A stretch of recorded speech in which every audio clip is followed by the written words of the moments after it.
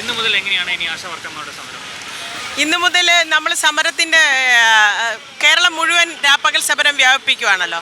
നമ്മുടെ സമര കേന്ദ്രം ഇവിടെ തുടരും. അതിൻ്റെ രീതി എങ്ങനെയായിരിക്കുമെന്ന് ഞങ്ങൾ അല്പസമയം കഴിഞ്ഞ് അറിയിക്കാം.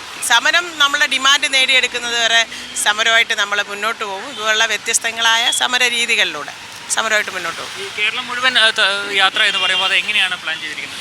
എല്ലാ ജില്ലകളിലും നമ്മൾ എന്ന് പറഞ്ഞാൽ 5-ാം തീയതി മെയ് 5 മുതൽ ജൂൺ 17 വരെ 14 ജില്ലകളിലും കവർ ചെയ്ത് ഇവിടെ എത്തിച്ചേരും.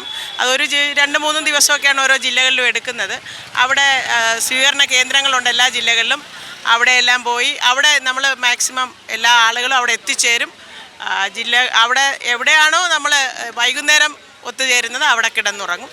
അങ്ങനെയാണ് നമ്മൾ യാത്ര പ്ലാൻ ചെയ്തിരിക്കുന്നത്. 17-ന് ഇവിടെ എത്തിച്ചേരും, ജൂൺ 17-ന്. 14-ന് തിരുവനന്തപുരത്ത് എത്തിച്ചേരും. 3 ദിവസം ജില്ലയുടെ വിവിധ ഭാഗങ്ങളിൽ ഇതുപോലെ തന്നെ നമ്മൾ യാത്ര നടത്തി 17-ന് സമാപനം ഇവിടെയാണ്.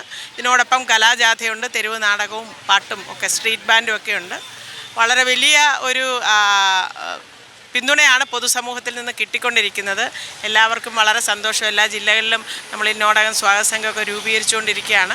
അപ്പോൾ ഇങ്ങോട്ട് വരാൻ കഴിയാത്ത ആളുകളെല്ലാം ഞങ്ങൾ ജില്ലകളിൽ എത്തുമ്പോൾ അവിടെ എത്തിച്ചേരും എന്നാണ് അറിയിച്ചിരിക്കുന്നത്. ഇപ്പോൾ ഇന്നത്തെ ദിവസം സർക്കാരിനോട് പറയാനുള്ളത് മെയ് ദിനത്തിൽ നമുക്ക് സർക്കാരിനോട് പറയാനുള്ളത്, ഒരു ഇടതുപക്ഷ സർക്കാർ ഭരിക്കുന്ന ഒരു സംസ്ഥാനത്ത് ഈ തൊഴിൽ സമരം ഒത്തുതീർപ്പാക്കാതെ സ്ത്രീകൾ 81 ദിവസമായി വളരെ സഹന സമരം നടത്തിക്കൊണ്ടിരിക്കുന്ന ഈ സമരം ഒത്തുതീർപ്പാക്കാതെ സർക്കാർ ഒരു മെയ് ദിന സന്ദേശം, ഒരു ഇടതുപക്ഷ സർക്കാർ ഒരു മെയ് ദിന സന്ദേശം നൽകുന്നതിനോ യാതൊരു അർത്ഥവുമില്ല.